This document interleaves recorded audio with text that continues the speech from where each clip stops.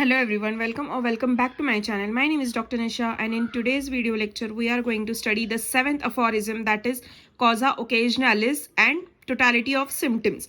So mostly हमें पता है कॉजा ओकेजनलिस के बारे में, ठीक है, और टोटलिटी ऑफ सिम्टम्स तो हमें पता ही है, फर्स्ट ईयर से हमें केस टेकिंग सिखाई जाती है. सो उसमें हमें सिखाया जाता है एनालिसिस कैसे करना है, इवैल्यूएशन कैसे करना है और टोटलिटी ऑफ सिम्टम्स कैसे निकालने हैं, ठीक है. So on that basis Hahnemann sir ने हमें गाइड किया है.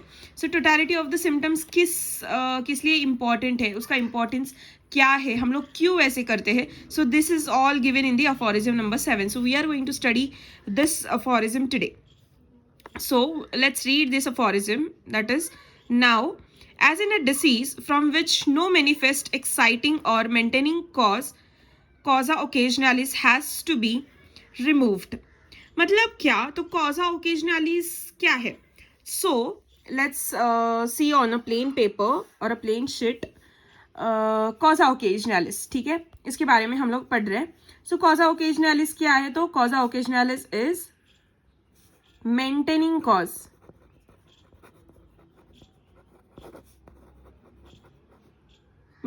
Cause of any kind of a disease और any kind of a disease condition और एक्साइटिंग कॉज.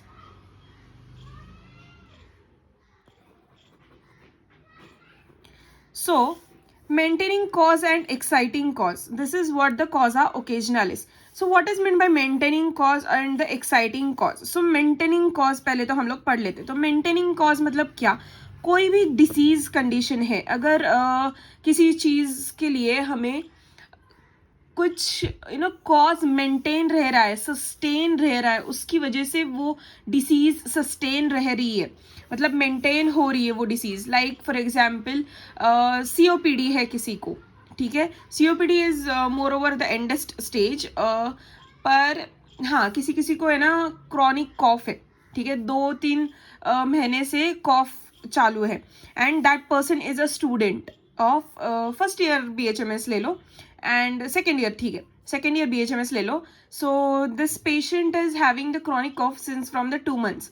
तो हम लोग उसका पूरा केस लेंगे, पूरा डिटेल हिस्ट्री लेंगे, but he will not tell you about the smoking habit which is having, ठीक है. वो स्मोकिंग हैबिट उसने फर्स्ट ईयर एंडिंग में स्टार्ट की है and due to that thing he is having the chronic cough, right. So उसको वो suit नहीं हो रहा है या फिर उसका स्मोक की वजह से उसको कॉफिंग स्टार्ट हो रही है. This is called as smoking cough और स्मोकर्स कॉफ, ठीक है. सो जो स्मोकर्स कॉफ है, तो वो कॉफ क्यों हो रहा है उसको 2 महीने से, तो वो स्मोकिंग कर रहा है और एक्सेसिव स्मोकिंग कर रहा है, 1 पैकेट का स्मोक कर रहा है या फिर दिन में वो 5-6 सिगरेट्स ले रहा है. So this is what the cause for his कॉफ.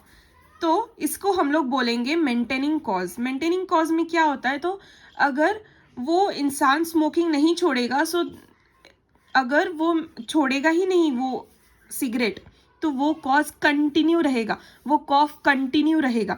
अगर वो सिगरेट छोड़ देता है, अगर वो सिगरेट पीना बंद कर देगा, सो वो कॉफ धीरे धीरे धीरे धीरे होके रिड्यूस हो जाएगा. So this will not need the treatment, but this will need to remove the cause. मतलब smoking is the main cause for that cough. So अगर वो रिमूव हो गया तो वो बच्चा या फिर वो लड़का ठीक हो जाएगा. So this is what called as maintaining cause and the exciting cause, ठीक है. तो एक्साइटिंग कॉज में क्या है, आज मुझे ना थोड़ा सा थ्रोट पेन हो रहा है और थोड़ा सा मतलब बहुत थोड़ा सा सोर थ्रोट है and the redness is present in the throat, and आज मैंने गर्म पानी पी लिया and it was like okay, ठीक है, कम हो गया, लिटिल कम हो गया, एंड फिर से मैंने शाम को जाके आइसक्रीम खा ली, ठीक है. तो वो कंडीशन मतलब मेरा जो सोर थ्रोट था दैट गॉट एक्साइटेड, ठीक है, that got increase due to the cold thing which I have ate, yeah. So this is what the exciting cause, वो उस डिसीज को एक्साइट कर चुका है. लाइक फॉर एग्जाम्पल अस्थमा है मुझे और अस्थमा चालू है मुझे, मैं ले रही हूँ उसकी मेडिसिन मैंने ली है, ठीक है, मुझे वो अस्थमा का अभी कोई प्रॉब्लम नहीं है, लेकिन बहुत ज़्यादा ठंडी पड़ चुकी है हमारे एरिया में, बहुत ज़्यादा इतना कि बर्फ़ जमने लगा है सब जगह पे. So that will be the exciting cause. अगर मैं उस जगह से कहीं पे और ट्रैवल करती हूँ, कहीं पे वार्मर प्लेस पे जाती हूँ, तो मेरा एक्साइटिंग कॉज निकाल दूंगी मैं, ठीक है। तो वो एक्साइटिंग कॉज मैंने अगर निकाल दिया तो मेरा अस्थमा का अटैक आ रहा है मुझे, या फिर वो आने वाला था तो वो रिड्यूस हो गया, या फिर वो नहीं आया। This is what the exciting cause in the particular disease. Now asthma is a chronic disease, उसमें अगर कुछ एग्जैजरेशन हो रहा है मुझे कॉफ का, या फिर ब्रेथलेसनेस का, या फिर URTI का हो रहा है मुझे एग्जैजरेशन, तो फिर वो that is just because of the exciting cause, ठीक है। सो understand maintaining cause and the exciting cause. This is the main thing which you have to learn in the causa occasionalis, right? Let's see. We can perceive nothing but the morbid symptoms. It must regard being had to be possibility of a miasm and attention paid to be the accessory circumstances. वही कहा गया जो मैंने आपको बताया था। अगर case लेते हो तो है ना, उनका क्या एग्जैक्ट कॉज है, क्या उनकी एग्जैक्ट चीज़ है जिसकी वजह से वो कंडीशन बार बार हो रही है। So that you have to understand and that you have to look for. उसके पीछे मायाजम भी हो सकते हैं। And this is what the mistake of the beginners और the beginner physicians, that we don't see the case in detail, we don't give time to the patient to talk and come in front of us, ठीक है। so that keeps us behind. So अगर miasm पता चलता है तो we can give the remedy very easily according to the miasm and the mentals and the constitution, ठीक है। उसके basis पे हम लोग remedies अच्छे से prescribe कर सकते हैं। Now aphorism number 5 में क्या दिया है? Be the symptom alone by which the disease demands and the points of the remedy suited to relieve it. मतलब अगर symptoms है वैसे डिसीज है, वैसे डिसीज और सिम्टम्स, मतलब हम लोग कभी भी देखो इंडिविजुअलाइजेशन पे बहुत ज़्यादा फोकस करते हैं। अगर मुझे एस्थमा में ब्रेथलेसनेस है, so that is very common to the asthma, every asthmatic patients feel breathlessness. पर मुझे ब्रेथलेसनेस के साथ में कुछ इचिंग है, टीनिया हो गया मुझे, या फिर हेयर फॉल है, that is not present in the every patient. This is what the individualization you have to do.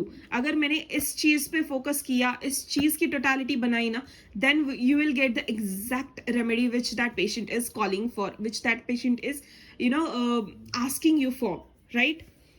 The particular disease or the particular symptom, जैसे patient बताता है ना, that kind of symptoms and that kind of diseases, only the calling symptoms, only the calling remedies you are getting. But उसके लिए क्या चाहिए? तो remedies का नॉलेज चाहिए, साइड बाय साइड ऑर्गेनॉन का नॉलेज चाहिए, एंड हमें केस टेकिंग अच्छे से आना चाहिए। Okay, now relieve it and more over the totality of this it's symptoms of this outwardly reflected picture of the internal essence of the disease, that is of the affections of the vital force. So ये जो सारे symptoms है ना, तो what are those symptoms? That are the affections of the vital force. Hahnemann क्या कहते हैं कि always जो भी कोई externally रिफ्लेक्टेड सिम्टम्स रहते हैं, एक्सटर्नल डिसीज हम लोग बोलते हैं, एक्सटर्नल साइंस एंड सिम्टम्स जैसे रहते हैं, तो वो साइंस एंड सिम्टम्स सिर्फ एक्सटर्नल नहीं होते, but it is a deep seated thing, it is a deep seated, वो वाइटल फोर्स का डिस्टर्बेंस होता है। अगर वाइटल फोर्स एक डीरेंज नहीं हुआ, एक प्लेन में है, सो कोई भी साइंस एंड सिम्टम्स नहीं दिखेंगे। अगर वो डीरेंज हो रहा है, वो फ्लक्चुएट हो रहा है, then only we will see the signs and symptoms. So उसके लिए हमें वाइटल फोर्स को टच करना है। जब भी हम लोग केस लेते हैं ना, तब भी हमको पता होना चाहिए कि इसका वाइटल फोर्स किस हद तक डिरेंज्ड है, कहाँ क्या क्या सिम्टम्स है, क्या एग्जैक्ट पिक्यूलियर सिम्टम्स है, क्या एग्जैक्ट की नोट पकड़ना है हमको, क्या एग्जैक्ट सिम्टम हमें पकड़ना है। So that we have to understand first, right? Now can make the known which remedy is required. The only thing that can determine to choose the most of the appropriate remedy, and thus in a word, the totality of the symptoms must be the principle. Indeed, the only thing the physician has to take note of every case of disease and to remove the means of his art in order that the disease shall be cured and transferred into the health. So क्या बोला है कि totality of the symptoms इतना important क्यों है? जब मैं BHMS में थी तब मैं क्या करती थी, एनालिसिस के जो साइंस एंड सिम्टम्स है, वही एनालिसिस के साइंस एंड सिम्टम्स को एनालिस किया हुआ साइंस एंड सिम्टम्स में इवेल्यूएशन में लिखती थी, उनको ग्रेड करती थी, and according to that grade ही सिर्फ मैं ना नीचे टोटलिटी में पेन डाउन करती थी। लेकिन मैंने ऐसे कभी लॉजिकली सोचा ही नहीं कि क्यों ऐसे 3-3 बार मैं लिख रही हूँ, एनालिसिस में भी वही सिम्टम्स, इवेल्यूएशन में भी वही, टोटलिटी में भी वही सिम्टम्स। नहीं, ऐसा नहीं होता। क्यों क्या डिफरेंस है एनालिसिस, इवैल्यूएशन और टोटलिटी में? तो totality of the symptoms are the symptoms which are 3 mark remedies. वो जो है ना symptoms call for the remedy, that kind of symptoms are present in the totality of the symptoms, जो कि peculiar symptoms है to that particular disease condition and that particular person, that particular patient.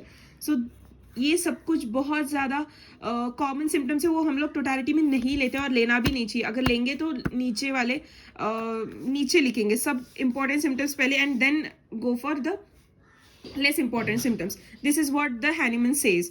So this is the totality of the symptom. ठीक है, इसीलिए totality of the symptom is more important. Now Hahnemann sir ने totality of symptoms का है ना एक definition दी है. So I'll read out that definition. The definition is the symptoms are the outwardly reflected picture of the internal essence of the disease, that is the affection of the vital force. So ये जो दिया है ना, so this is the definition of the totality of symptoms. So mark this thing and by heart this thing.